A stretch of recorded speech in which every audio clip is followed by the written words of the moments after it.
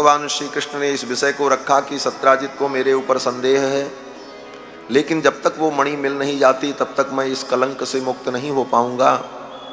इसलिए जब तक ये कलंक मेरे ऊपर है और इसका निराकरण नहीं हो जाता तब तक के लिए मैं इस सुधर्मा सभा की सदस्यता से त्याग पत्र देता हूं। भगवान ने उस सुधर्मा सभा की सदस्यता त्याग दी। कितनी विशुद्ध राजनीति थी। शास्त्रों में राजनीति, दंडनीति, कूटनीति, अर्थनीति सब विद्यमान है। कितनी शुद्ध राजनीति थी।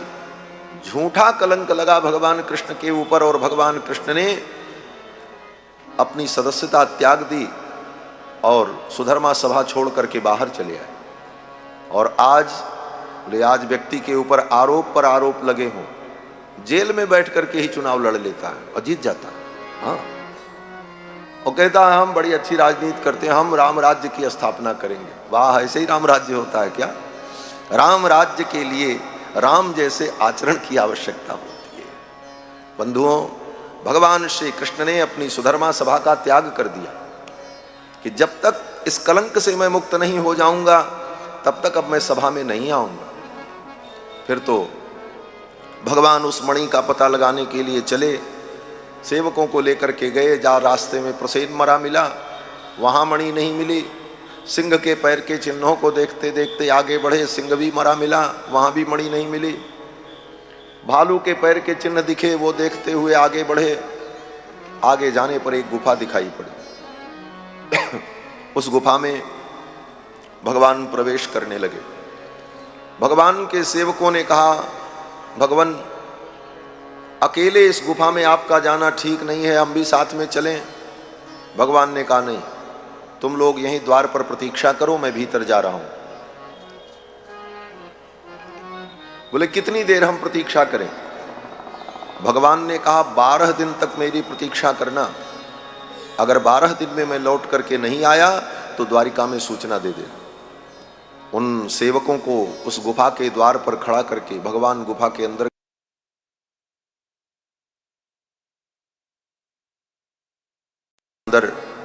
बड़ी सुंदर साज सज्जा थी।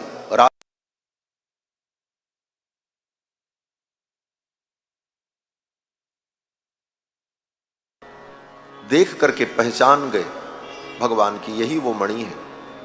तब तक उस बच्चे का पालन पोषण करने वाली जो धात्री थी, धाय थी, वो जोर जोर से चिल्लाने लगी। तम अपूर्वम नरम दृष्ट्वा धात्री चुक्रोश भीतवत। भयभीत होकर के वो चिल्लाने लगी, कोई पुरुष आ गया, कोई पुरुष आ गया। जब तक भगवान सावधान होते तब तक भीतर से एक भयंकर रीछ निकला और भगवान के ऊपर टूट पड़ा। भगवान से उस रीछ की गुत्थम गुत्थी होने लगी। 28 दिनों तक लगातार भगवान के साथ वो रीछ युद्ध करता रहा। 28 दिन जब बीत गए, द्वंद्व युद्धम सुतुमुलम, ऐसा द्वंद्व युद्ध हुआ। आसीत तदष्टाविंसाहम इतरेतर मुष्टिभिः। 28 दिनों तक एक दूसरे के ऊपर मुष्टिका से प्रहार, घुटने से प्रहार। कभी भगवान उसको चित्त कर देते, कभी वो भगवान को चित्त कर दे। इस प्रकार उस रीछ का युद्ध भगवान से 28 दिन चला। 28 दिन बीत जाने पर भगवान तो यथावत वही प्रसन्नता, वही मुस्कुराहट, वही तेज, वही ऊर्जा, लेकिन उस रीछ का बल घट गया। 28वें दिन उस रीछ की दृष्टि भगवान के वक्षस्थल पर गई। उस रीछ ने देखा भगवान के वक्षस्थल पर कौस्तुभ मणि, भृगु जी के चरण का चिन्ह, श्रीवत्स चिन्ह। इन सारे चिन्हों को देखकर वो रीछ पहचान गया कि अरे ये तो साक्षात नारायण है। रीछ ने युद्ध बंद कर दिया और हाथ जोड़ करके प्रणाम किया और कहा कि विष्णुम पुराण पुरुषम प्रभ विष्णुमधीश्वरम।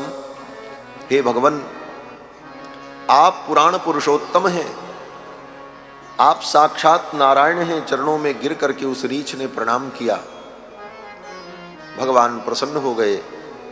वो रीछ कोई और नहीं था, त्रेता युग के श्री जामवंत जी महाराज थे। जामवंत जी महाराज द्वापर युग तक थे। रामावतार में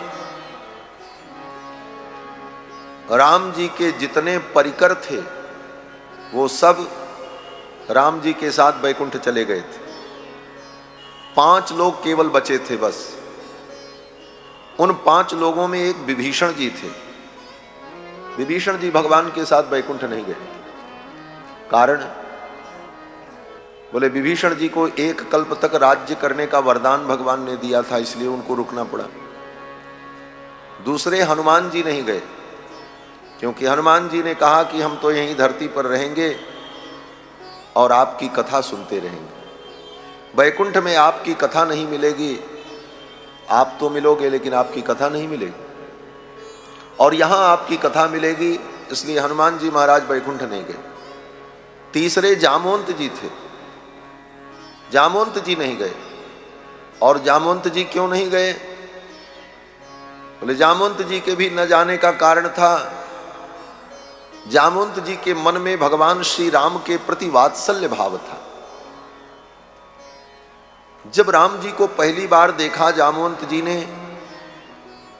तो राम जी के जामवंत जी के हृदय में वात्सल्य भाव प्रकट हुआ, पुत्र भाव। जामवंत जी सोचने लगे सारी दुनिया मैंने बनाई। जामवंत जी कौन है? ब्रह्मा के अवतार हैं। जामवंत जी सोचने लगे सारी दुनिया मैंने बनाई और सबको बेटा बेटी हमने दिया, अगर इनको मैं अपना बेटा बना लेता तो कितना अच्छा होता। लेकिन अब तो ये दशरथ जी के बेटा बन गए। नहीं बेटा बना पाए तो इनको मैं अपना दामाद बना लेता, दामाद भी बेटे के बराबर ही होता है। लेकिन अब तो मैं इनको दामाद भी नहीं बना सकता, क्योंकि इनका विवाह हो चुका है और ये एक पत्नी व्रत हैं, इस अवतार में दूसरा विवाह भी करने वाले नहीं हैं। तो जामवंत जी के मन में ये भाव था कि रघुनाथ जी मेरे जामाता हो जाए, मेरे दामाद हो जाए, मैं इनको अपनी कन्या का दान करूं। तो भगवान समझ गए और भगवान ने मन ही मन कहा ये मनोरथ आपका जरूर पूर्ण होगा। और कब पूर्ण होगा? बोले जब मेरा कृष्णावतार होगा तो आपके द्वारा प्रदत्त कन्या का मैं पाणी ग्रहण करूंगा।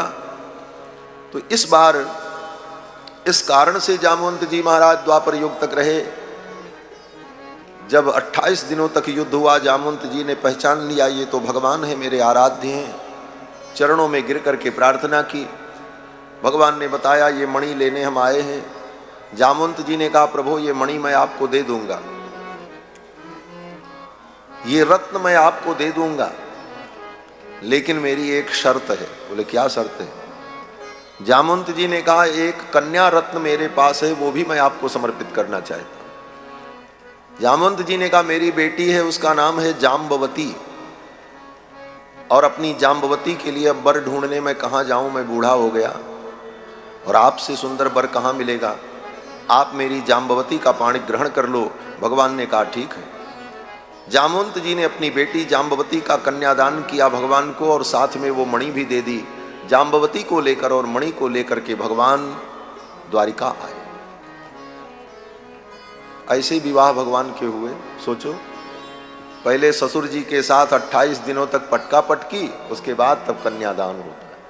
ये भगवान कृष्ण का चरित्र है, अद्भुत चरित्र है कृष्ण का। फिर तो सत्यभामा जी को, जाम्बवती को जब लेकर के आए और मणि दिया सत्याजित को कि ये वो मणि है, और सारी घटना भगवान ने सभा में बताई। जब सारी घटना सभा में बताई तो सभा के लोग सत्याजित को धिक्कारने लगे। धिक्कार है सत्याजित को, द्वारिकाधीश गोविंद के ऊपर इसने झूठा आरोप लगाया। अब तो सत्याजित जहां गली में निकले वहीं उनको लोग गाली देते। ये कितना नीच है, द्वारिकाधीश के ऊपर झूठा आरोप लगाया। सत्याजित का घर से निकलना मुश्किल हो गया।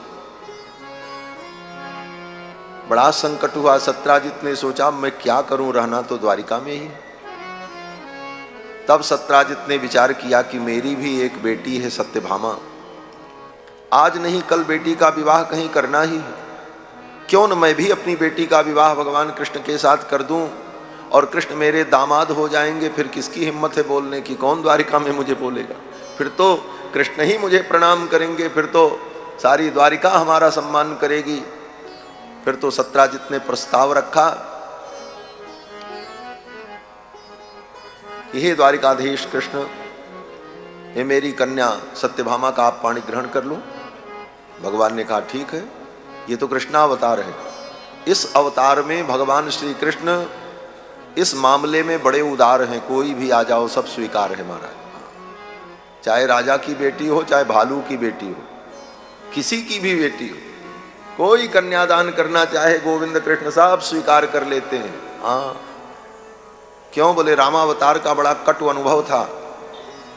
बेचारी शूर्पणखा आई थी, कितने भाव से आई थी भगवान का वर्ण करने, और भगवान ने शूर्पणखा का नाक कान कटवा लिया।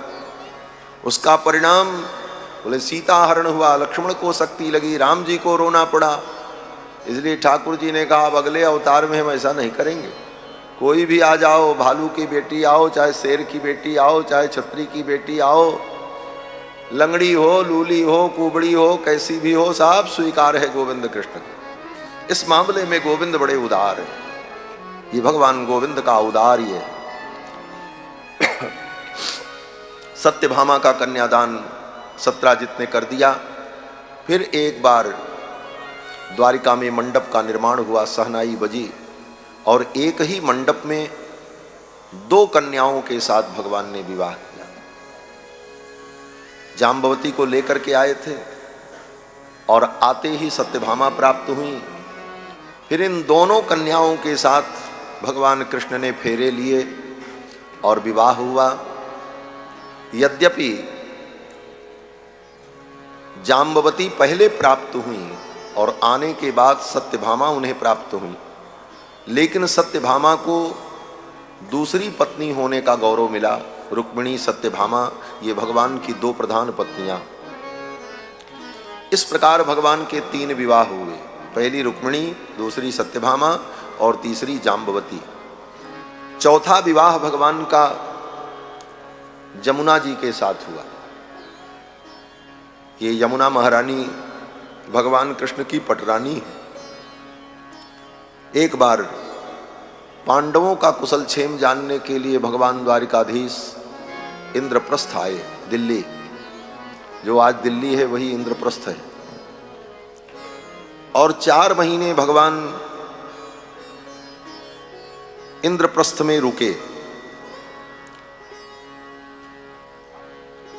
तो 4 महीने तक भगवान क्या करते थे बोले, समय निकाल करके धर्मराज युधिष्ठिर के पास बैठते थे, धर्म की चर्चा होती थी।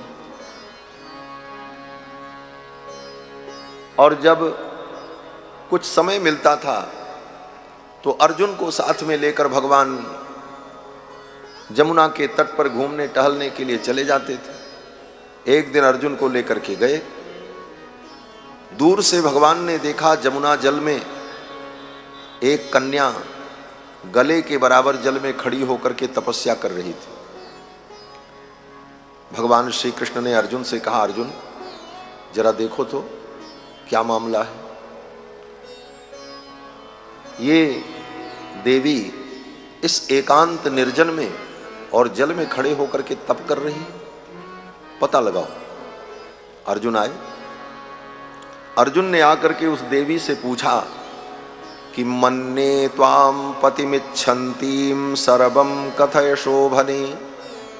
हे देवी, मन्ने त्वाम पतिमिच्छन्तीम, मुझे लगता है कि आप अपने मन के अनुकूल पति को चाहती हो, इसीलिए ऐसी कठिन तपस्या कर रही हो।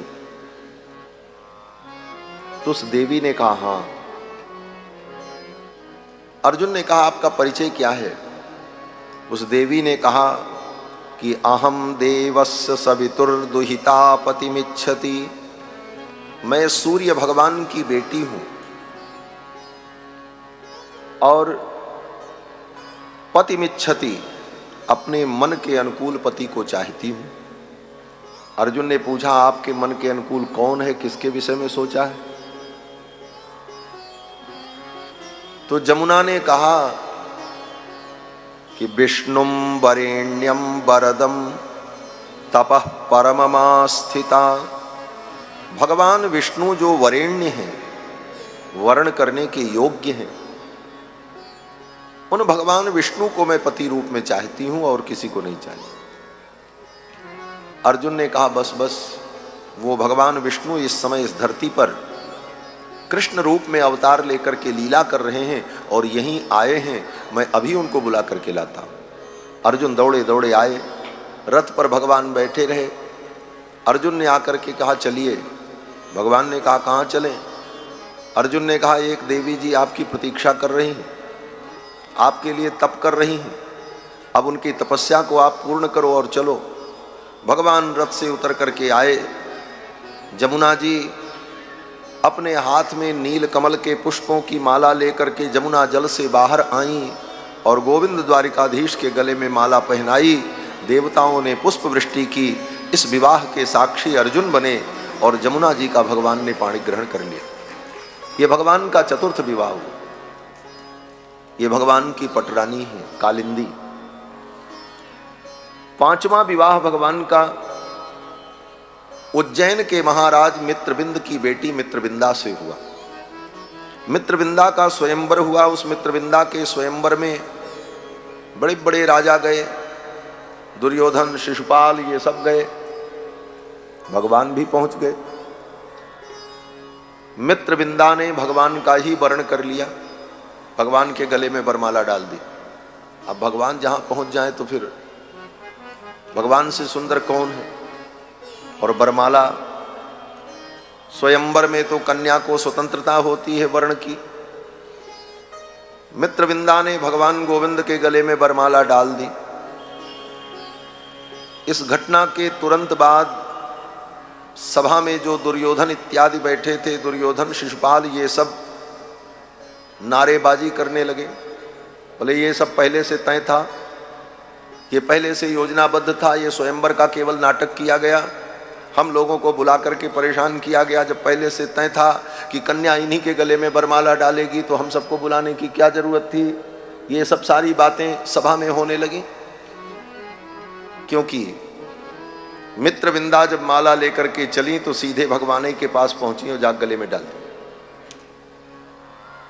ऐसा नहीं था कि सब राजाओं को देखती और माला लिए हुए जाती और तब किसी को पहनाती। सीधे मित्रविंदा माला लेकर के चली, देखा द्वारिकाधीश वहां बैठे, सीधे वहीं गई और गोविंद के गले में माला डाल दी। दुर्योधन इत्यादि विरोध करने लगे। ये विवाह, ये पहले से सब कुछ तय था, योजनाबद्ध काम हुआ है। ये सब आरोप लगाने लगे। बोले इस स्वयंवर को हम नहीं मानते हैं, हम राजाओं का अपमान हुआ है। लड़ाई करने को तैयार हो गए। फिर तो भगवान ने मित्रविंदा को वहां से उठाया और उन राजाओं के देखते देखते मित्रविंदा को लेकर के भगवान द्वारिका आ गए। इसके बाद इस प्रकार भगवान का ये पांचवा विवाह। छठवां विवाह भगवान का कौशल देश के राजा महाराज नग्नजित की बेटी सत्या के साथ हुआ। इसमें दो मत है। कुछ विद्वान कहते हैं दक्षिण कौशल के राजा महाराज नग्नजित थे, उनकी बेटी से हुआ। कुछ विद्वान कहते हैं उत्तर कौशल जो अयोध्या है, उस समय अयोध्या के राजा महाराज नग्नजित थे, उनकी बेटी सत्या, उनका स्वयंवर हुआ, उसमें भगवान आए और भगवान ने सत्या की याचना की। भगवान को देखकर सत्या जी के मन में हुआ कि मैं इनकी पत्नी बनूं, ये इतने मनोहर हैं। और सत्या जी ने कैसे न कैसे भगवान के पास सूचना भेज दी, हमको भी ले चलो। फिर तो भगवान द्वारिकाधीश ने महाराज नग्नजित से कहा, नरेंद्र यांचा कविभिर विगर्हिता, हे राजन, क्षत्रिय को कभी याचना नहीं करनी चाहिए, लेकिन आज मैं अपने धर्म को छोड़कर, अपने क्षत्रिय धर्म को छोड़कर मैं आपसे याचना करता हूँ, मांगता हूँ। महाराज नग्नजित ने कहा, हे द्वारिकाधीश, मैं आपको क्या देने लायक हूँ? आपके ऐश्वर्य के सामने मेरे पास क्या है? भगवान द्वारिकाधीश ने कहा, राजन, तथापि याचे तव सौहृदेच्छया कन्याम त्वदीयाम नहि शुल्कदावयम्। आपकी जो कन्या सत्या हैं, मैं उनका हाथ मांगता हूं, आप अपनी कन्या का मुझे दान करें। इस विवाह के लिए भगवान ने स्वयं याचना कर दी। महाराज सत जो थे नग्नजित, वो तो धन्य धन्य हो गए। महाराज नग्नजित ने अपनी कन्या सत्या का दान किया भगवान को, और इस विवाह में भगवान को खूब माल ताल मिला है। और जगह तो कुछ मिला उला नहीं भगवान को, लेकिन इस विवाह में महाराज नग्नजित ने हाथी, घोड़े, रथ, पालकी सब कुछ दिया, और बड़े धूमधाम से भगवान सत्या जी को लेकर के द्वारिकापुरी आए। फिर भगवान का 7वां विवाह केकय देश के राजा की बेटी भद्रा के साथ हुआ, और 8वां विवाह भगवान का मद्र देश के राजा की बेटी लक्ष्मणा के साथ हुआ। मद्र देश के राजा ने भी अपनी बेटी का स्वयंवर किया, वहां भी भगवान गए। लक्ष्मणा ने भगवान का वरण कर लिया। राजाओं ने विरोध किया, लक्ष्मणा जी को लेकर के भगवान चले आए और फिर लक्ष्मणा का पाणी ग्रहण किया। इस प्रकार भगवान श्री कृष्ण के 8 विवाह हुए। रुक्मिणी, सत्यभामा, जाम्बवती, कालिंदी, मित्रविंदा, सत्या, भद्रा और लक्ष्मणा, ये भगवान कृष्ण की 8 पटरानियां हैं। इसके बाद 16,100 विवाह भगवान का एक ही बार में हुआ। बाणासुर नाम का एक दैत्य था, उसने प्रतिज्ञा की थी 20,000 कन्याओं के साथ मैं एक मंडप में विवाह करूंगा। उसका भी बड़ा भारी इशू था महाराज। 16,100 राजकन्याओं को हरण करके ला करके अपने कारागार में बंद करके रखा था। 20,000 पूरी हो तब ब्याह करे। भगवान के पास सूचना आई, भगवान ने विचार किया चल करके इनका उद्धार करना चाहिए, और भगवान अपने गरुड़ पर बैठकर सत्यभामा जी को लेकर भौमासुर के नगर के ऊपर आक्रमण करने के लिए चल पड़े। भगवान आए, भौमासुर से भगवान का युद्ध हुआ है। उस युद्ध में भौमासुर का जो सेनापति था उसका नाम था मुर, बड़ा पराक्रमी था मुर। उस मुर को भगवान ने मारा, इसीलिए भगवान का नाम मुरारी पड़ा। ये मुरारी नाम भगवान का इसीलिए पड़ा। भौमासुर के सेनापति मुर को भगवान ने मारा। फिर भौमासुर से युद्ध हुआ, भौमासुर को भी भगवान ने मार दिया। उन 16,100 राजकन्याओं को मुक्त कर दिया और कहा आप लोग अपने अपने घर जाओ। उन राजकन्याओं ने कहा अब हम कहाँ जाएं, हमारे पति भी हमको, हमारे पिता भी अब हमको स्वीकार नहीं करेंगे, कोई क्षत्रिय भी हमारा वर्ण नहीं करेगा। आपने हमें अगर इस दैत्य के बंधन से मुक्त किया है तो आप अपने चरणों में हमें आश्रय दो। उन 16,100 राजकन्याओं की प्रार्थना को देखकर भगवान को दया आ गई। सत्यभामा जी साथ में थी, सत्यभामा जी को भी दया आ गई। सत्यभामा जी ने कहा भगवान इन सब को ले चलो द्वारिका, ये सब हमारी बहन हैं, सब वहीं रहेंगी, क्या कमी है आपके पास। भगवान ने कहा ठीक है आपकी मर्जी। फिर उन 16,100 राजकन्याओं को भगवान ने वहीं से द्वारिका भेज दिया और भगवान स्वर्ग गए। इंद्र का छत्र, वरुण का छत्र छीन करके लाया था भौमासुर। देव माता अदिति के कुंडल को छीन लिया था, वो सब लेकर के भगवान गए, जाकर के स्वर्ग में इंद्र को दिया, देव माता अदिति को दिया। फिर तो वहां पर भी एक अद्भुत घटना हो गई स्वर्ग में। इंद्र की पत्नी इंद्राणी और भगवान की पत्नी सत्यभामा ये दोनों साथ में ही घूमती थीं स्वर्ग में जहां तहां। भगवान इंद्र के साथ सभा में बैठते थे। इंद्राणी को बड़ा घमंड था कि मैं स्वर्ग की साम्राज्ञी हूं, तो बार बार सत्यभामा जी को स्वर्ग का वैभव दिखा दिखा करके वो कहती थीं, ये देखो स्वर्ग का ये वैभव है, स्वर्ग का ये ऐश्वर्य है। सत्यभामा जी सुनती थी और कहती थी, हाँ ठीक है, हमारी द्वारिका में भी है। माताओं का ऐसा स्वभाव कभी कभी होता है किसी किसी का। सत्यभामा जी कहती हैं, हमारी द्वारिका में भी ऐसा है। अब इंद्राणी सोचने लगी कि मैं इनको क्या दिखाऊं जो इनके पास न हो, तब हमारा सिर ऊंचा हो।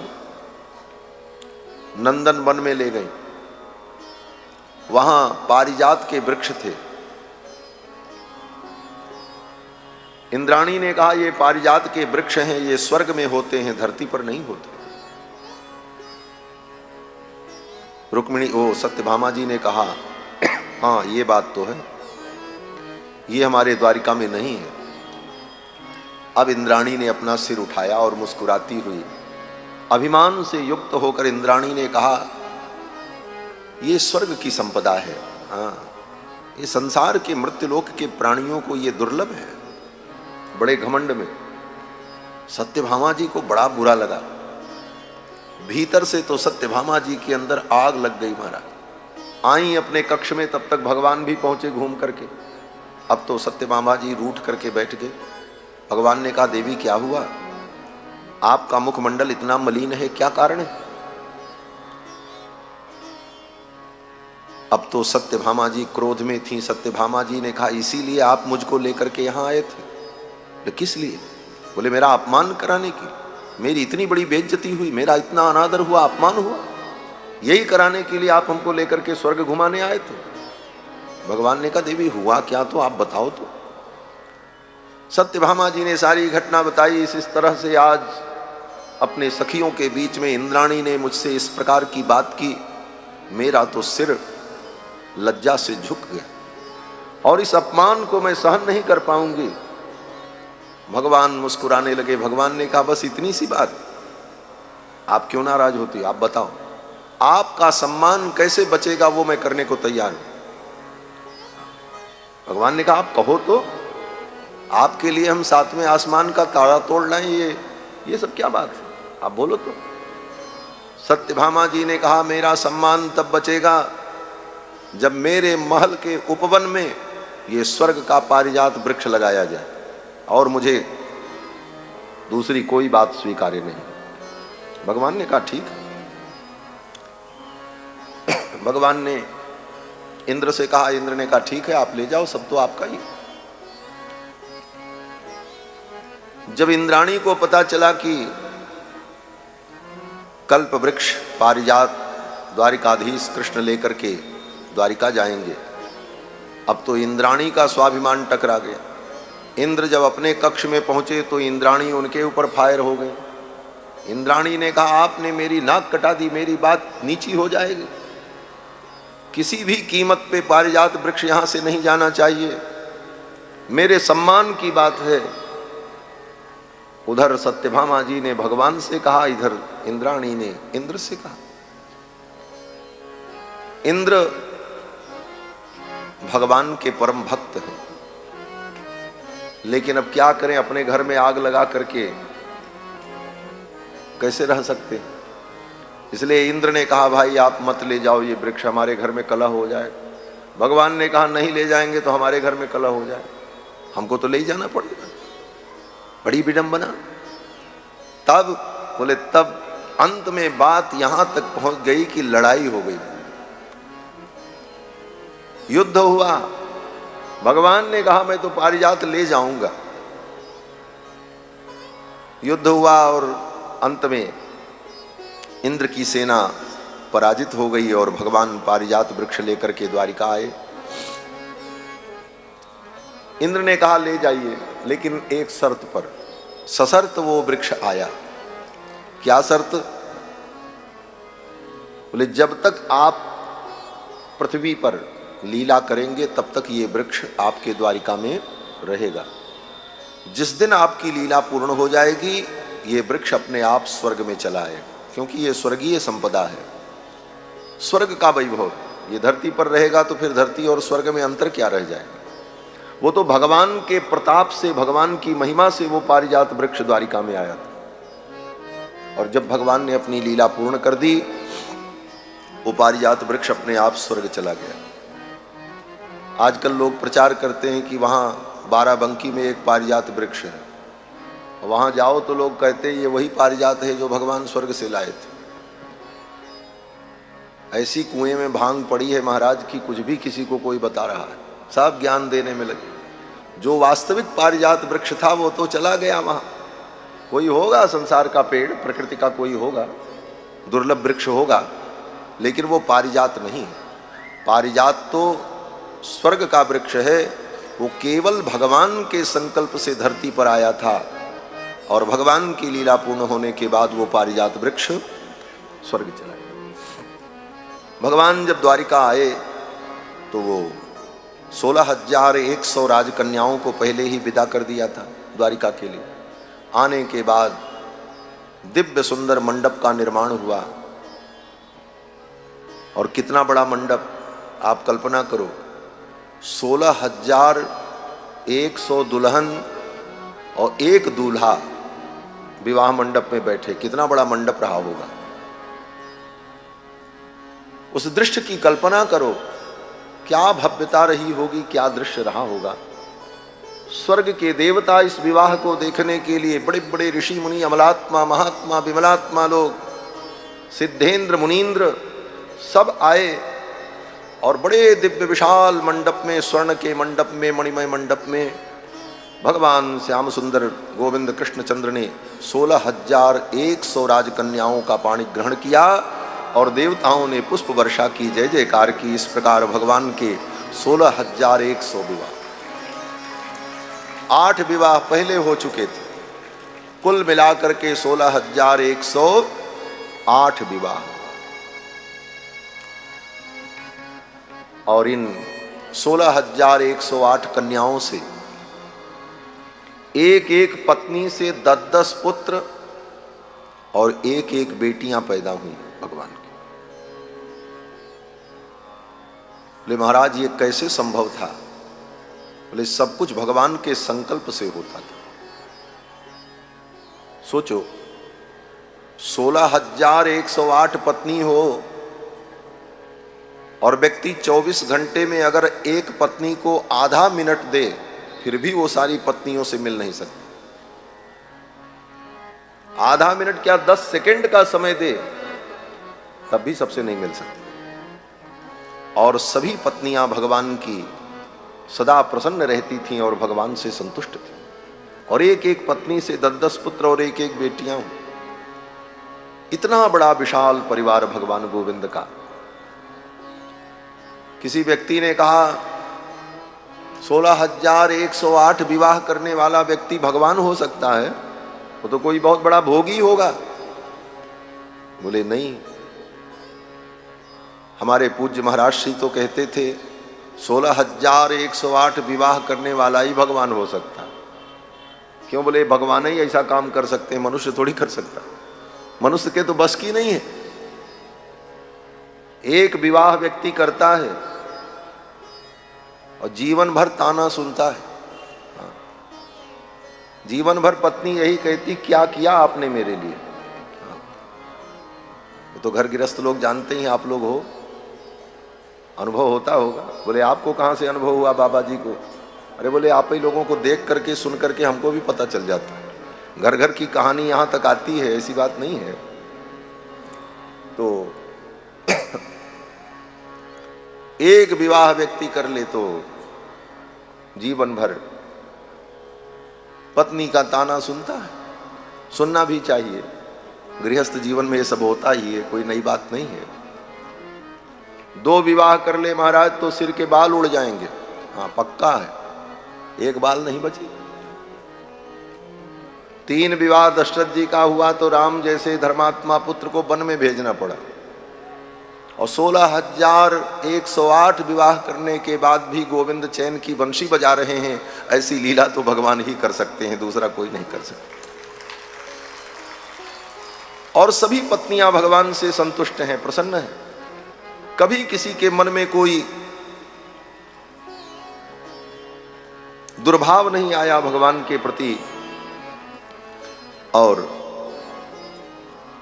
भगवान सबको संतुष्ट रखते। इस रहस्य को जानने के लिए एक बार नारद जी आए। नारद जी ने सोचा चलो चल करके देखते हैं भगवान रहते कैसे हैं, सभी पत्नियां भगवान से प्रसन्न कैसे रहते हैं। तो नारद जी आए तो सबसे पहले रुक्मिणी जी के महल में पहुंचे, तो क्या देखते हैं, भगवान रुक्मिणी जी के साथ बैठ करके अग्निहोत्र कर रहे थे। ओम प्रजापतये स्वाहा, इंद्राय स्वाहा, अग्नये स्वाहा। भगवान अपनी पत्नी रुक्मिणी के साथ अग्निहोत्र यज्ञ आदि कर्म कर रहे थे। नारद जी ने प्रणाम किया। प्रणाम करके नारद जी वहां से विदा हुए, सत्यभामा जी के महल में पहुंचे तो वहां क्या देखते हैं, सत्यभामा जी ला ला करके स्वर्ण मुद्राएं और वस्त्र भगवान को दे रही हैं, और भगवान ब्राह्मणों को संतों को दान कर रहे हैं, और वे ब्राह्मण स्वस्ति वाचन करके भगवान को आशीर्वाद दे रहे हैं। नारद जी वहां से प्रणाम करके बढ़े, जाम्बवती के महल में गए तो क्या देखते हैं, जाम्बवती के पुत्र सांब को गोद में लेकर के भगवान खिला रहे हैं अपने बेटे को, और अपनी पत्नी से मधुर वार्ता कर रहे हैं, प्रेम की वार्ता चल रही है। नारद जी ने वहां भी भगवान को प्रणाम किया और चल पड़े। कालिंदी के महल में पहुंचे तो क्या देखते हैं, एक सिंहासन उधर लगा है, एक सिंहासन इधर लगा है, बीच में चौसर बिछी हुई है।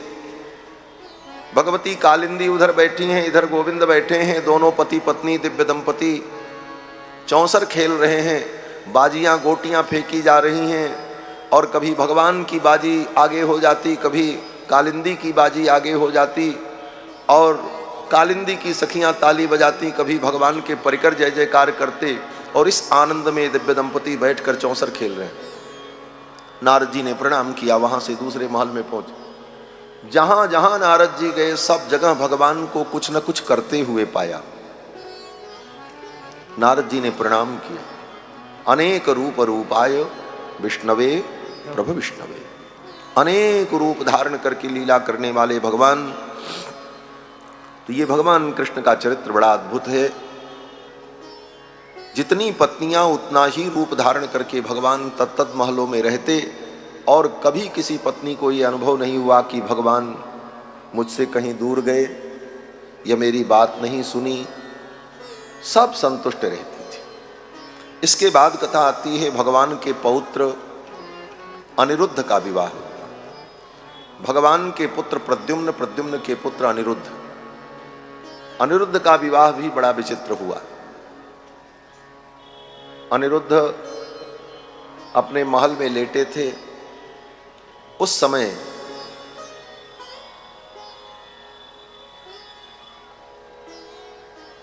बाणासुर जो राजा बलि का बेटा है, बाणासुर की बेटी चित्रलेखा, बाणासुर की बेटी उषा, उसकी एक सहेली थी, उसका नाम था चित्रलेखा। एक दिन उषा सोई हुई थी और स्वप्न में उसने भगवान के पौत्र अनिरुद्ध को देखा। अनिरुद्ध भी भगवान की विभूति हैं। अभी मैंने कहा भगवान के ही स्वरूप हैं चतुर्व्यूह, वासुदेव, संकर्षण, प्रद्युम्न, अनिरुद्ध। परम सुंदर परम मनोहर अनिरुद्ध और कामदेव के पुत्र हैं। अनिरुद्ध को स्वप्न में देखा उषा ने, और उषा ने स्वप्न में ही अनिरुद्ध को अपना पति मान लिया। और स्वप्न में ही उनके गले में माला उला डाल दी। थोड़ी देर के स्वप्न में बरसों की कहानी हो जाती है। आप सपना जब देखो रात में, 1 घंटा व्यक्ति सोता है, उसी में सपना देख लेता, कहाँ गए, वहाँ घर बनाए, वहाँ घूमे, ये किए, बरसों बीत गए और तब तक कुल मिला करके 1 घंटा, नींद खुल गई, सब काम खत्म। स्वप्न में उषा ने देखा, अनिरुद्ध का वर्ण कर लिया। जब नींद खुली तो नींद खुलते ही उषा हा कांत, हा नाथ, हा प्रियतम कह करके चिल्लाने लगी। उसकी सखी चित्रलेखा ने देखा, अरे तेरा ब्याह नहीं हुआ और तू किसका मनोरथ कर रही है? कौन है तेरा कांत? हा प्रियतम। तब उषा ने सब कुछ बताया, स्वप्न में ऐसे मैंने देखा है और मैंने तो वर्ण कर लिया है, अब ढूंढो कि वो कौन। जैसा जैसा लक्षण बताया स्वप्न में जो देखा था उषा ने। चित्रलेखा चित्र बनाने में बड़ी कुशल थी। चित्रलेखा ने चित्र बनाना शुरू किया, चित्र बनाया, चित्र बन गया द्वारिकाधीश भगवान कृष्ण का, जैसा जैसा बताया। बोले ये है। उषा ने कहा ये तो नहीं है, लेकिन इनसे मिलता जुलता चेहरा है और इन्हें देख करके तो मुझे संकोच हो रहा है, ये चित्र मेरे सामने से हटा दो। दादा ससुर जी हैं तो संकोच होना ही था। फिर चित्रलेखा ने चित्र बनाया, प्रद्युम्न जी का चित्र बन गया। बोले हाँ, इनसे इनका मुखमंडल तो बहुत मिलता है, लेकिन ये भी नहीं है। तीसरी बार में चित्रलेखा ने जब अनिरुद्ध का चित्र बनाया, उषा ने कहा बस बस यही है, इन्हीं को मैंने स्वप्न में देखा था। चित्रलेखा ने कहा ये तो द्वारिकाधीश भगवान कृष्ण के पौत्र हैं। बोले जो भी हो, मैंने तो इनका वर्ण किया है, इनको किसी प्रकार हमसे मिला दो। चित्रलेखा ने कहा ठीक है।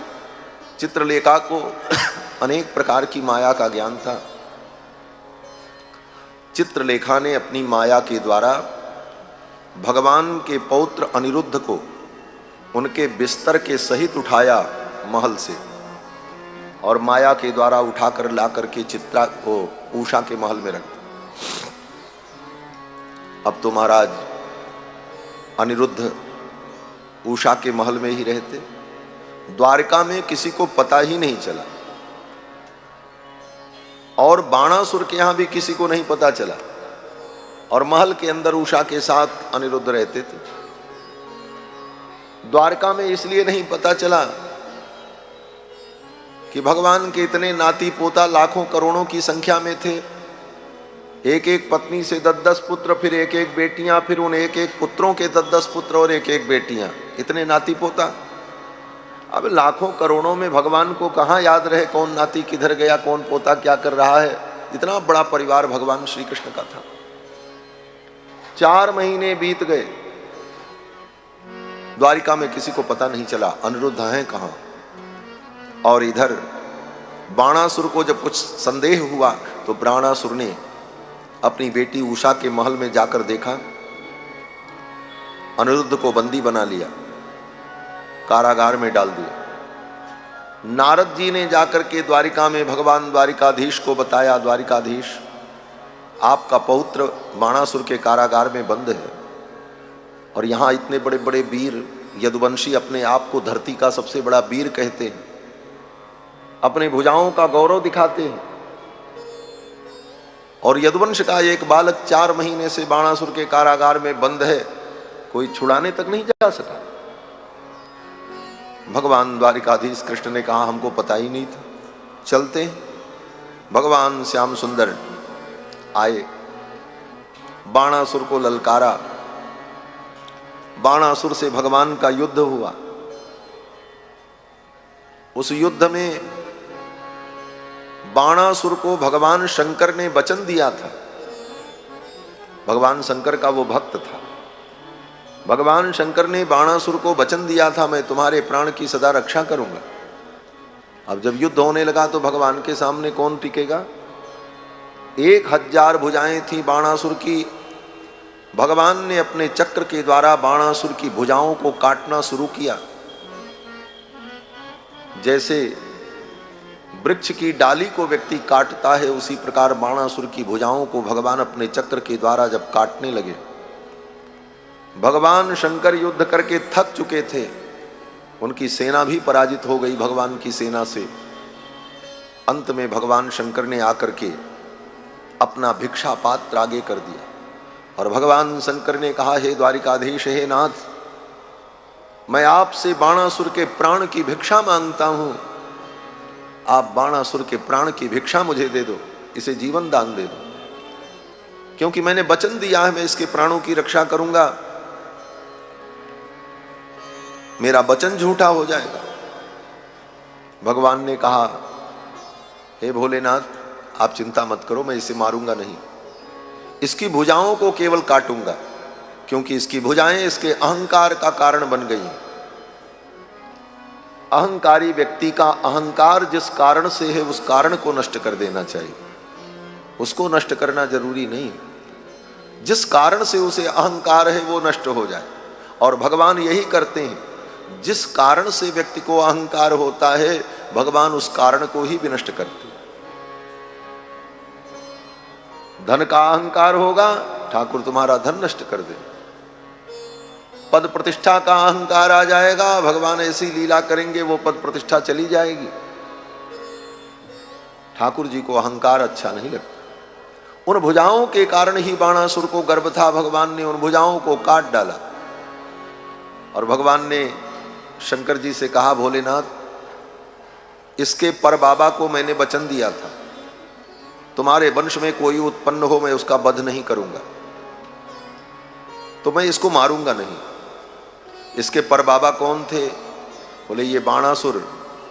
बाणासुर के पिता महाराज बलि, बलि के पिता महाराज विरोचन, और विरोचन के पिता भक्त प्रहलाद। भक्त प्रहलाद पर कृपा करने के लिए जब नरसिंह भगवान खंभे से प्रकट हुए थे, हिरण्यकश्यपु के वक्षस्थल को जब विदीर्ण कर दिया, यस्तंभात गर्जमानो गगड गड़गड़ाद बालचंद्राध दृष्टः व्योमा भूत पाट्यमानः पपट पटपटस्ताड्यमान सटाभिः। गर्जना करते हुए नरसिंह भगवान प्रकट हुए और हिरण्यकश्यपु के वक्षस्थल को विदीर्ण कर दिया। वक्षस्तस्य विदारयन् निजनखैः वात्सल्यमापादयन्। जब हिरण्यकश्यपु का नरसिंह भगवान ने वध कर दिया, प्रहलाद ने भगवान की स्तुति की, तो भगवान ने प्रहलाद से कहा, वरदान मांगो, क्या चाहिए? तो प्रहलाद जी ने भगवान से कहा, प्रभु एक प्रार्थना है कि आप मेरे पिता को क्षमा कर दो। मेरे पिता ने आपको गालियां दी, मेरे पिता ने आपको अपशब्द कहे, मेरे पिता की दुर्गति न हो, मेरे पिता की उत्तम गति हो, आप ऐसी कृपा करो। प्रहलाद के इन वचनों को सुनकर नरसिंह भगवान की आंखों से झरझर आंसू बहने लगे। भगवान ने कहा, प्रहलाद, जिस पिता ने तुम्हारे ऊपर इतने अत्याचार किए, उस पिता के प्रति तुम्हारे हृदय में इतना बड़ा सद्भाव है, यही भक्त का स्वरूप है। जो अपकार करे उसके लिए भी उपकार की भावना हो,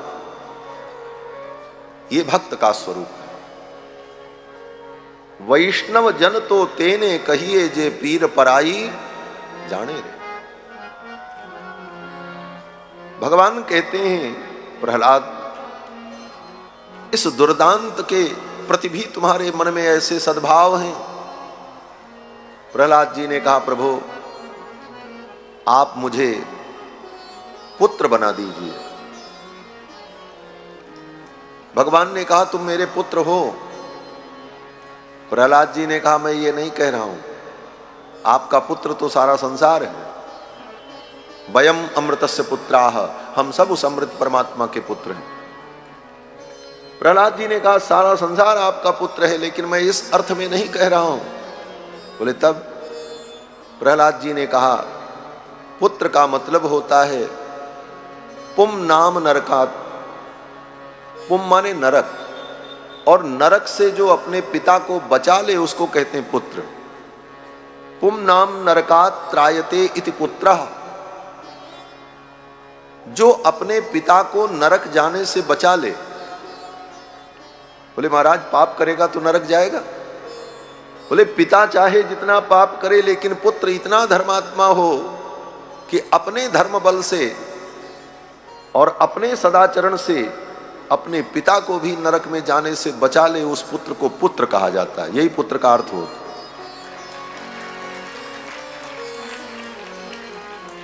प्रहलाद जी ने कहा हे प्रभु आप मुझे पुत्र बना दो, मेरे पिता की दुर्गति न हो, मैं ये चाहता हूं। मेरे पिता ने आपको गालियां दी, अपशब्द कहे, आपका अनादर किया, ये महान पाप है, लेकिन मेरे पिता की सद्गति हो क्योंकि मैं उनका पुत्र हूं। और इसलिए भी कि मेरे पिता ने मुझे जन्म दिया, मेरी धमनियों में, मेरे शरीर की नस नस में पिता का वो रक्त प्रवाहित हो रहा है। पिता ने ही ये शरीर दिया, अगर ये शरीर मुझे मेरा पिता न देता तो मैं आपकी भक्ति कैसे कर पाता। इसलिए उस पिता के प्रति मेरा जो कर्तव्य है, हे प्रभु आप मेरे पिता को क्षमा करो। भक्त प्रहलाद की इस भावना को सुनकर के भगवान नरसिंह रो पड़े। नरसिंह भगवान ने कहा प्रहलाद तुम्हारे जैसा भक्त जिसके कुल में उत्पन्न हो जाए उसकी 21 पीढ़ी तर जाती है। जो आज भी हम लोग कहते हैं ना, गांव में लोग कहते हैं महाराज ऐसे धर्मात्मा पैदा भये कि 21 पीढ़ी तर गई। कहते हैं ना गांव में, घर घर में कहते लोग। ये कहां लिखा है? बोले भागवत में ही। और नरसिंह भगवान ने कहा त्रिह सप्तभि पिता पूत पितृभि सहते नघ। हे प्रहलाद तुम्हारी तो 21 पीढ़ी तर जाएगी, तुम्हारे जैसा भक्त जिस कुल में उत्पन्न हुआ। लेकिन इतना कहने के बाद भी भगवान को संतोष नहीं हुआ। भगवान के मन में इस बात का दुख बना रहा कि मैंने अपने भक्त को सुख देने की जगह पर दुख दे दिया। बड़ी सूक्ष्म बात है। सुख देने के जगह पर दुख दे दिया। क्या दुख दिया? भगवान मन में सोचने लगे मैंने आज अपने भक्त के पिता को मार डाला, और एक पिता के मरने पर पुत्र को दुख होता है। आज मैंने इस असुर का वध करके अपने भक्त प्रहलाद को दुखी कर दिया। उसके पिता का वध मैंने किया और इस कारण से मेरे भक्त को दुख हुआ। भगवान को पश्चाताप होने लगा। भगवान ने कहा प्रहलाद जाओ, आज तो मैंने क्रोध में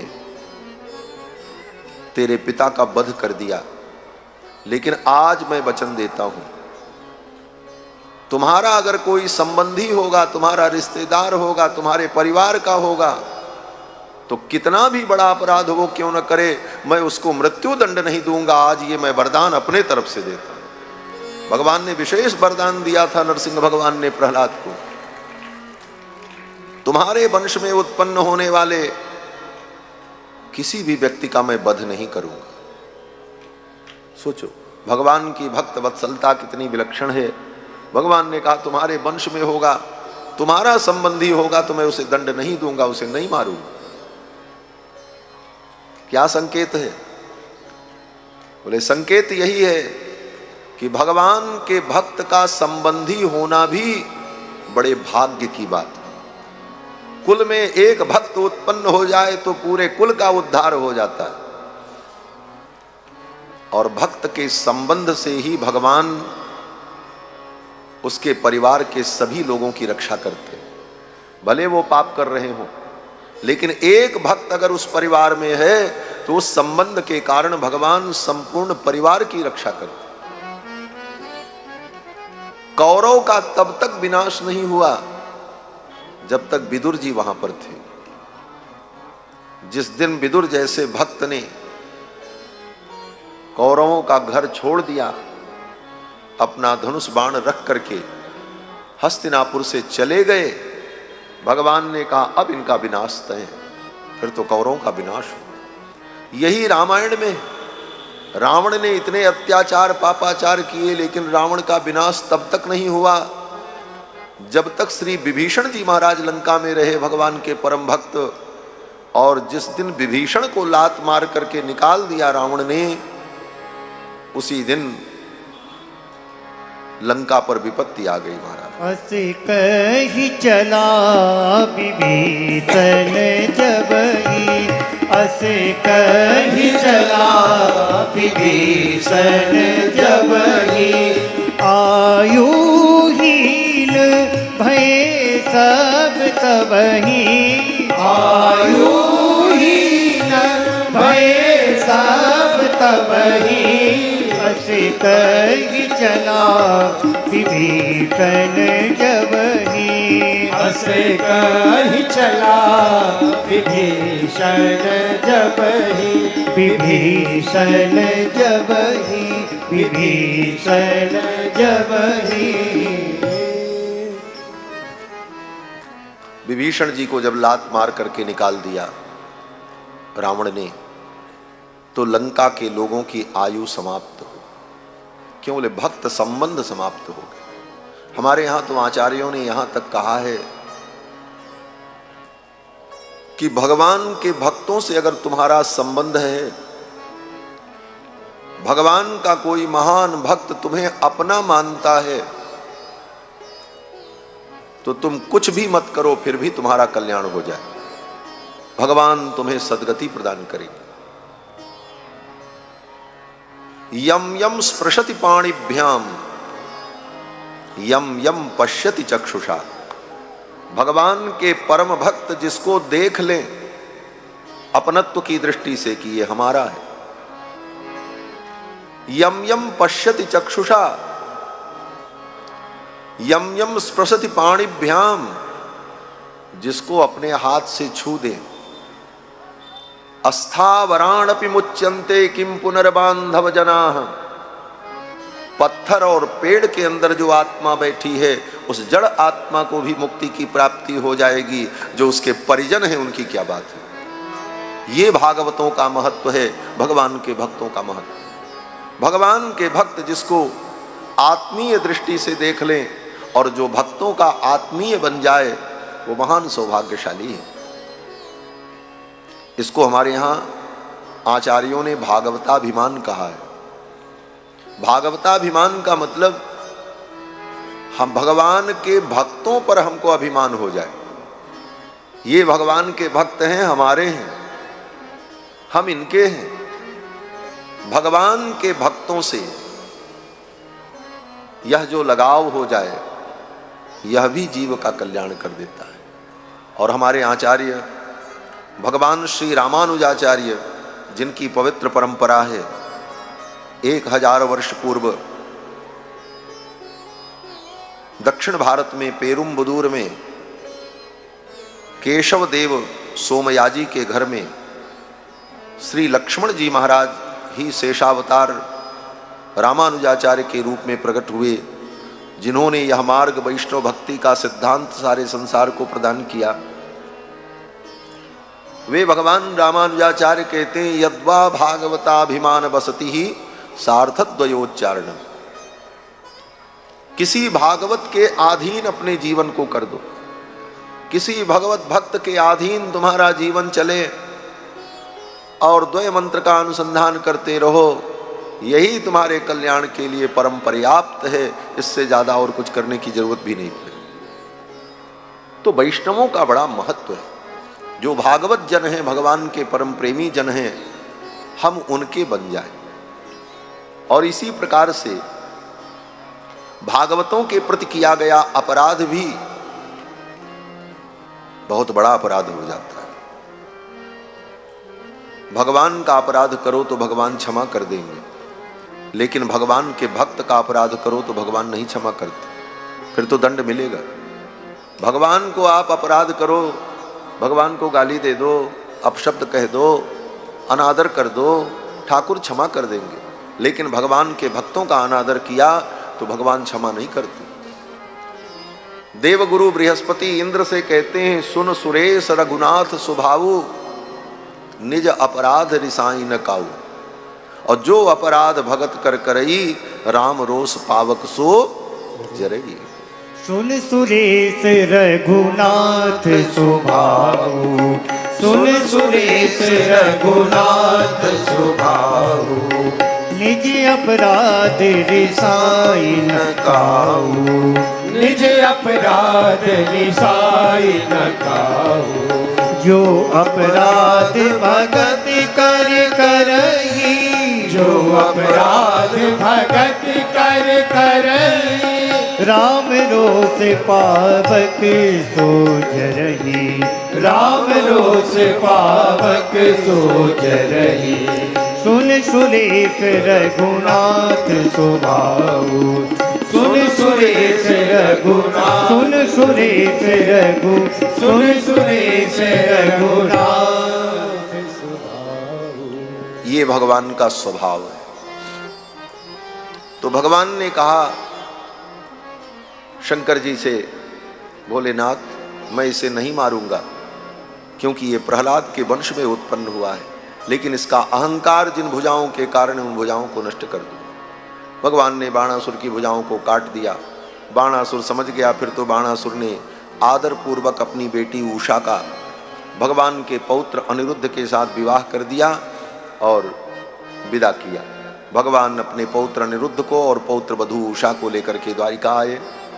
ये सब कथा सुखदेव जी ने राजा परीक्षित को सुनाई है। कथा तो बहुत है, लेकिन सूत्र रूप में ही सारी बात कहेंगे। इसके बाद कथा आती है कि एक दिन भगवान के पुत्र सब द्वारिका में खेल रहे थे। खेलते खेलते उनको प्यास लगी। पानी पीने के लिए एक कुआं के पास गए तो देखा उस कुएं में पानी नहीं था। उसमें एक बहुत बड़ा गिरगिट बैठा हुआ था, बड़ा विशाल था वो। उस गिरगिट को देखकर भगवान कृष्ण के सब पुत्र आए और आकर के भगवान से कहा, पिताजी, कुएं में इतना बड़ा गिरगिट ऐसा तो हमने कभी देखा ही नहीं। भगवान ने कहा चलो देखते हैं। भगवान भी गए। भगवान ने अपने हाथ से उस गिरगिट को पकड़ करके बाहर निकाला, कृकलास को। भगवान के कर का स्पर्श होते ही उसका वो शरीर गायब हो गया और वो एक दिव्य राजा के रूप में प्रकट हुआ। भगवान ने पूछा, आप कौन हैं? उस राजा ने कहा, भगवान तो सब जानते हैं कौन है क्या है। भगवान सर्वज्ञ हैं। अनंत अनंत ब्रह्मांड के, अनंत अनंत जीवों के, अनंत अनंत जन्मों के, अनंत अनंत कर्मों के, अनंत अनंत फल को प्रतिक्षण जो जानते रहते हैं वो सर्वज्ञ परमात्मा भगवान है। लेकिन लीला है। भगवान ने पूछा, आप कौन हो? उस राजा ने कहा, महाराज मैं रघुवंश का राजा नृग हूं। बोले, ये गिरगिट कैसे बन गए आप?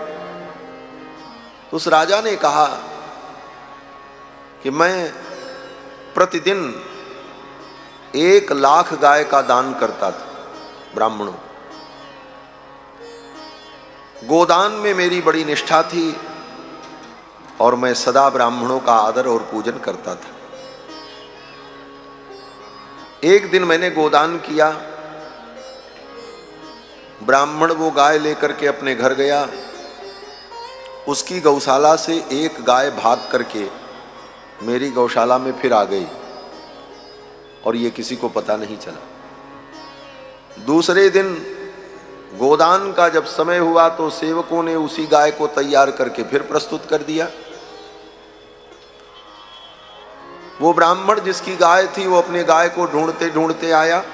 उसने सोचा गाय वहीं मिलेगी जहां से आई थी, वहीं गई होगी। तब तक महाराज दूसरे ब्राह्मण को उस गाय का दान कर चुके थे। वो ब्राह्मण आया। ब्राह्मण ने कहा, महाराज ये गाय तो मेरी है, कल आपने इस गाय का मुझे दान किया था।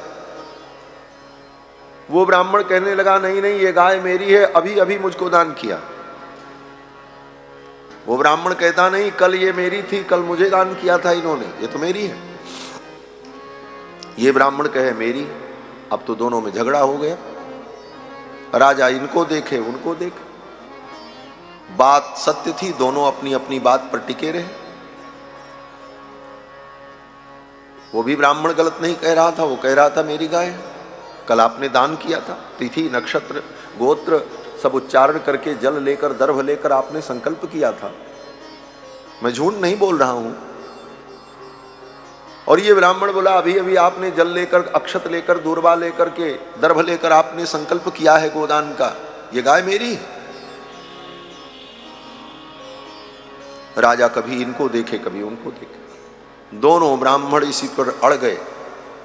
दोनों ब्राह्मणों ने कहा, राजन, एक गाय दो ब्राह्मणों को देकर संकल्प करके तुमने पाप किया। दान दी गई वस्तु दोबारा नहीं दी जाती। गाय और कन्या, किसी को एक बार कन्या दान कर दे फिर वो कन्या दूसरे को दान नहीं की जाती। इसीलिए सनातन धर्म में विधवा विवाह, परित्यक्ता विवाह, तलाकशुदा विवाह, इसकी मान्यता धर्मशास्त्र के अनुसार नहीं है। धर्मशास्त्र के अनुसार कन्या का एक बार दान होता है बस, और वो सदा के लिए उसकी होती। दोबारा कन्या का दान नहीं होता कि उस कन्या का फिर कहीं दान कर दे, ऐसी विधि ही नहीं। तो और गोदान का भी यही। उन दोनों ब्राह्मणों ने शाप दे दिया राजा को, जाओ, कल गाय हमको दी, आज इनको दे दिया। जैसे गिरगिट रंग बदलता है उसी तरह तुम रंग बदलते हो, जाओ बन जाओ गिरगिट। शाप दे दिया। राजा इतना बड़ा धर्मात्मा था लेकिन गिरगिट बन गया। राजा ने कहा, महाराज मेरा उद्धार कैसे होगा? ब्राह्मणों ने कहा, द्वापर युग में जब भगवान कृष्ण का अवतार होगा तो भगवान कृष्ण के कर कमल से तुम्हारा उद्धार होगा और भगवान गोविंद तुम्हारा कल्याण करेंगे। वही राजा नृग द्वारिका के एक कुएं में, सूखे कुएं में गिरगिट बन करके पड़े थे। भगवान ने उनका उद्धार किया और इस घटना के बाद भगवान ने अपने सभी पुत्रों को बुला करके बैठाया दरबार में। जितने पुत्र भगवान के थे, पुत्र पौत्र सब, और भगवान ने कहा, पुत्रों आज मेरे प्रवचन को सावधानी से सुनो। भगवान ने कहा, पुत्रों आज मैं तुम्हें कुछ सुना रहा हूं और मेरी बातों को समझ लेना और इसे ध्यान रखना सदा।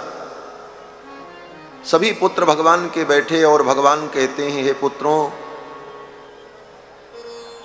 तुम्हारे द्वारा किसी ब्राह्मण को दान किया गया हो अथवा किसी दूसरे ने ब्राह्मण को दान किया हो, स्वदत्ताम परदत्ताम वा ब्रह्मवृत्तिम हरेच्चयः 60 वर्ष सहस्राणि वृष्टायाम जायते कृमि। हे पुत्रों, अपने द्वारा दी गई हो वस्तु अथवा किसी दूसरे ने ब्राह्मण को दिया हो, उस दान दी गई वस्तु को अगर कोई अपना मान ले और ले ले, ब्रह्मवित्तिम हरेच्चयः, वह पाप इतना भयानक है। 60 वर्ष सहस्राणि विष्टायाम जायते कृमि, वो 60,000 वर्ष तक गंदगी का कीड़ा बनता है, भगवान ने कहा। इसलिए हे पुत्रों, जीवन में कभी ऐसा काम मत करना कि ब्रह्मवृत्ति का हरण करना। और दूसरी बात, भगवान जानते हैं कि मेरे कुल का जब भी विनाश होगा तो ब्राह्मण के शाप से ही होगा, ये द्वारिकाधीश को पता है। इसलिए भगवान ने सोचा कहीं समय से पहले ही इनका विनाश न हो जाए, यदुवंशियों का। इसलिए भगवान ने कहा, देखो ब्राह्मण विप्र अगर तुम्हें मिले तो उनको प्रणाम कर लिया करना, उनका अनादर मत करना। पुत्रों ने कहा, महाराज वो ब्राह्मण अगर हमसे झगड़ा करने को तैयार हो जाए तो भगवान ने कहा, फिर भी सिर झुका करके प्रणाम कर लेना। घ्रंतम बहुशपंतम वा नमस्कुरुत नित्यशः। भगवान ने कहा, तुम नमस्कार कर लेना, बस झगड़ा मत करना। किस प्रकार से? भगवान कहते हैं, यथा हम प्रणमे नित्यम जैसे मैं नित्य ब्राह्मणों को प्रणाम करता हूं, ऋषि मुनियों को आदर देता हूं, उसी प्रकार तुम भी करना। अगर वो तुम्हें डांट दें, तुम्हें फटकार दें, तो उनकी डांट फटकार भी सुन लेना, उससे तुम्हारा कल्याण होगा, तुम्हारा अहित नहीं होगा। क्रोधोपि देवस्य वरेण तुल्यः, श्रेष्ठ जनों का क्रोध भी वरदान के समान होता है।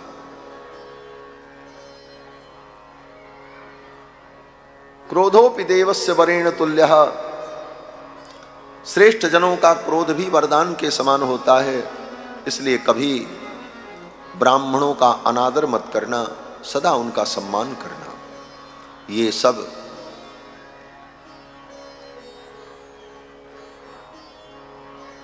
भगवान ने अपने पुत्रों को उपदेश दिया।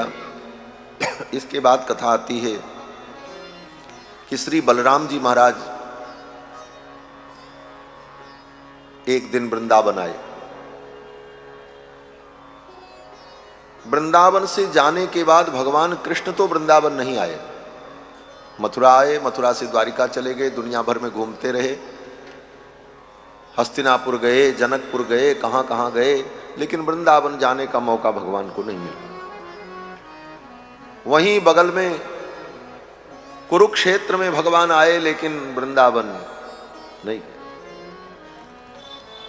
इसीलिए सूरदास जी महाराज भगवान को उलाहना देते हैं, कन्हैया तेरे जैसा नमक हराम तो इस दुनिया में कोई नहीं होगा। सूरदास जी ने ऐसे ही कहा, तुम्हारे जैसा नमक हराम कौन होगा? बोले क्यों? सूरदास जी कहते हैं, एक दिन नोन खाए जन्म भर भूले नहीं, और 10 वर्ष नोन खाए भूल गए नंद को। 10 वर्ष तक जिन नंद बाबा ने पाला पोसा, दूध खिलाया, दही खिलाया, माखन मिश्री खिलाई, छाती से लगा करके सुलाया, कंधे पर बैठा करके घुमाया ब्रज में, जो प्यार नंद यशोदा ने दिया तुम उनके भी नहीं भय। आदमी किसी किराए के मकान में रहता है और बस जब मकान छोड़ देता है उसके बाद भी अगर उस शहर में जाए तो मकान मालिक से मिलता है, क्यों? बोले इतने दिन रहे थे। एक प्रेम हो जाता, एक आत्मीयता होती। और 10 वर्ष नंद बाबा के घर में रहे और नंद यशोदा को भूल गए। सूरदास जी कहते हैं, एक दिन नोन खाए जन्म भर भूले नहीं, 10 वर्ष नोन खाए भूल गए नंद को। देह गेह को विसार श्री राधा जू ने प्रेम कियो। देह गेह को विसार करके श्री राधा ने आपसे प्रेम किया, लेकिन आप राधा को भी भूल गए। द्वारिका में 16,108 विवाह कर लिया, एक और कर लेते 16,109 हो जाता, क्या दिक्कत थी? लेकिन आप तो राधा के भी नहीं भय। सूरदास जी ने कहा, और की बात मैं क्या कहूं, पारथ के साथ निज बहन भगाए दई, बलराम हूं न जाने तेरे छल छद्म को। अपनी बहन को अर्जुन के साथ भगा दिया। दुनिया में ऐसा भी कोई होता होगा जो अपनी बहन को किसी के साथ भगा दे? बोले लेते जाओ। और बलराम जी जान न पाए घर में रहकर तेरे छल छद्म को। तो कन्हैया तो बड़े विचित्र हैं, इनकी लीला अद्भुत है। वृंदावन नहीं गए लेकिन बलराम जी गए। आप कहोगे कन्हैया वृंदावन गए नहीं, बोले क्यों नहीं गए? बोले भगवान को जाने की वृंदावन जरूरत ही नहीं है। क्यों? बोले वृंदावन से वो कहीं गए ही नहीं कि दोबारा लौटना पड़े।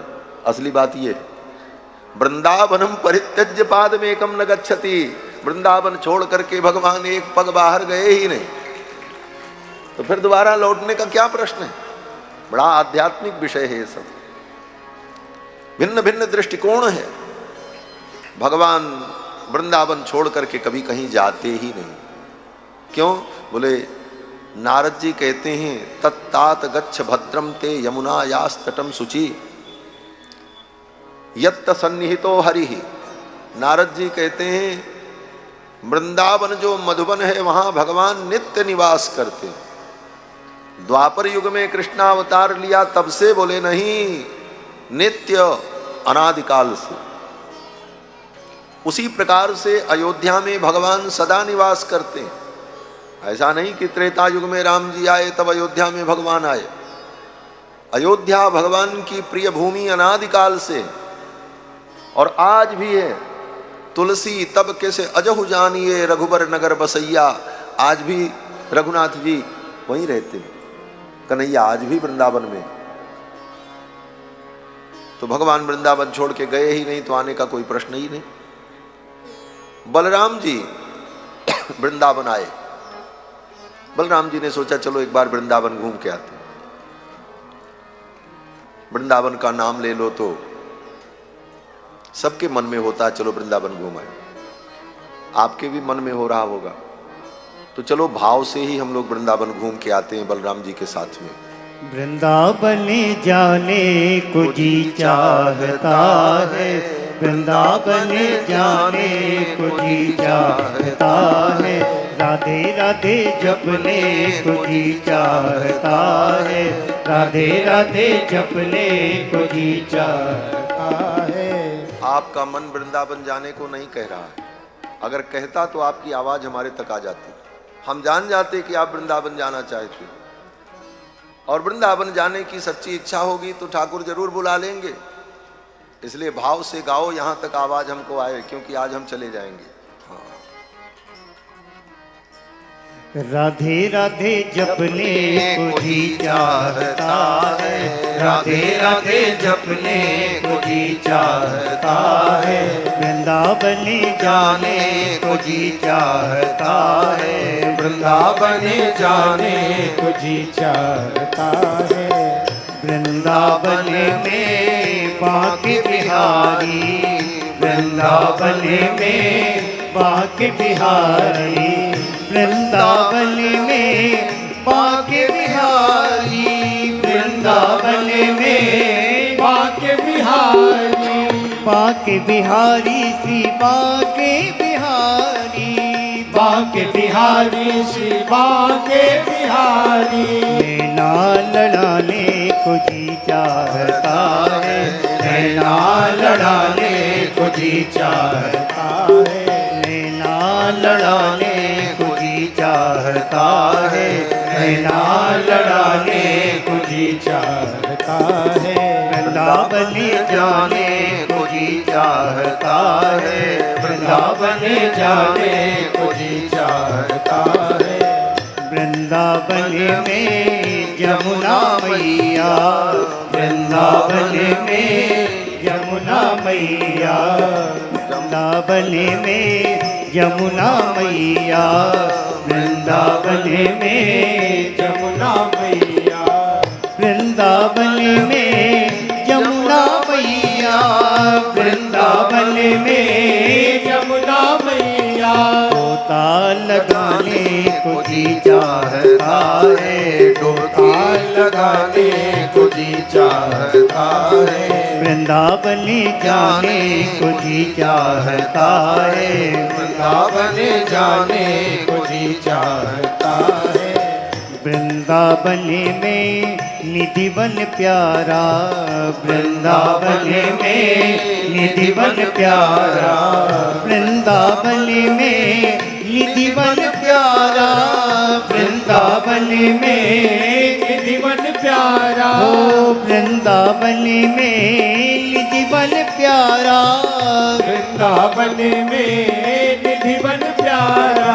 रासे रचाने को जी चाहता है, रासे रचाने को जी चाहता है, वृंदावन जाने को जी चाहता है, वृंदावन जाने को जी चाहता है। वृंदावन में राधे रानी, वृंदावन में राधे रानी, वृंदावन में राधे रानी, वृंदावन में राधे रानी, राधे रानी श्री राधे रानी, राधे रानी श्री राधे रानी। शीसे नवाने को को जी चाहता है, शीशे नवाने को जी चाहता है, वृंदावन जाने को जी चाहता है, वृंदावन जाने को जी चाहता है, अरे वृंदावन जाने को जी चाहता है, वृंदावन जाने को जी चाहता है, राधे राधे जपने जी चाहता है, राधे राधे जपने को जी चाहता है, राधे राधे गोविंद गोविंद राधे, राधे राधे गोविंद गोविंद राधे, राधे राधे गोविंद गोविंद राधे, राधे राधे गोविंद गोविंद राधे, गोविंद राधे गोपाल राधे, गोविंद राधे गोपाल राधे, हरे गोविंद राधे राधे गोपाल राधे, गोविंद राधे राधे गोपाल राधे, गोविंद राधे गोपाल राधे, गोविंद राधे गोपाल राधे, गोविंद राधे गोपाल राधे, गोविंद राधे गोपाल राधे, राधे राधे गोविंद गोविंद राधे, राधे राधे गोविंद गोविंद राधे, राधे राधे गोविंद गोविंद राधे, राधे राधे गोविंद गोविंद राधे, हरि गोविंद राधे गोपाल राधे, गोविंद हाथ राधे उठा करके गोपाल राधे, हरि गोविंद राधे राधे गोपाल राधे, गोविंद राधे राधे गोपाल राधे, हे गोविंद राधे गोपाल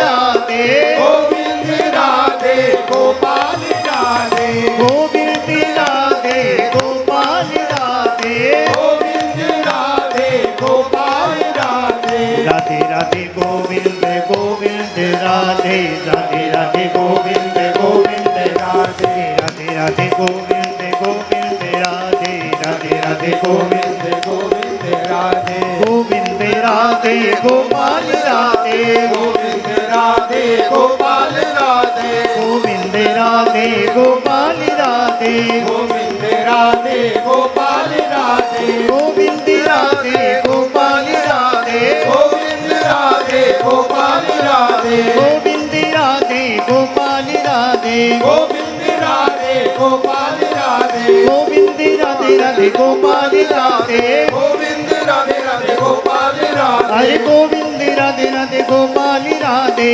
गोविंद राधे राधे गोपाल राधे, गोविंद राधे गोपाल राधे, गोविंद राधे गोपाल राधे, गोविंद राधे गोपाल राधे, गोविंद राधे गोपाल राधे, गोविंद राधे गोपाल राधे, गोविंद राधे गोपाल राधे, गोविंद राधे गोपाल राधे, गोविंद राधे गोपाल राधे, गोविंद राधे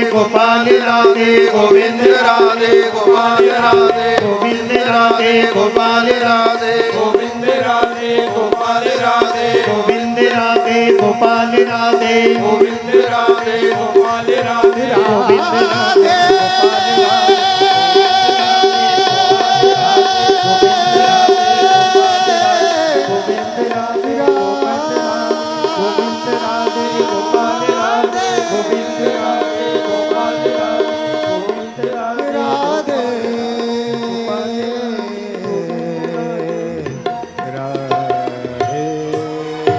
बोलो श्री गोविंद भगवान की जय, श्री वृंदावन धाम की श्री यमुना महारानी की श्री गिरिराज महाराज की जय जय श्री राधे। बैठ जाइए अपनी जगह पे। श्री बलराम जी वृंदावन की यात्रा करते हैं। हम लोग भी भाव से वृंदावन पहुंच गए। श्री बलराम जी जब वृंदावन पहुंचे तो जमुना जी के साथ जमुना जल में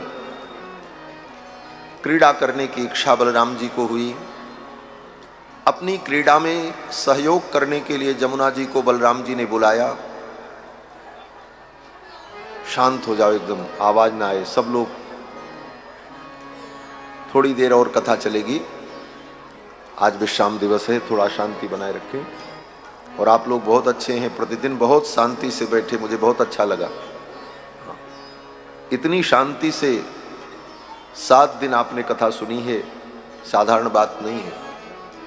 बड़े ही गंभीरता से आप लोगों ने एक एक शब्दों को सुना, इसलिए मैं बार बार इस व्यासपीठ से सभी श्रोताओं को धन्यवाद देता हूँ और सभी के लिए मंगल कामना करता हूँ कि ऐसे ही भगवान की कथा में और तत्व ज्ञान श्रवण में आपकी रुचि और उत्तरोत्तर बढ़ती रहे।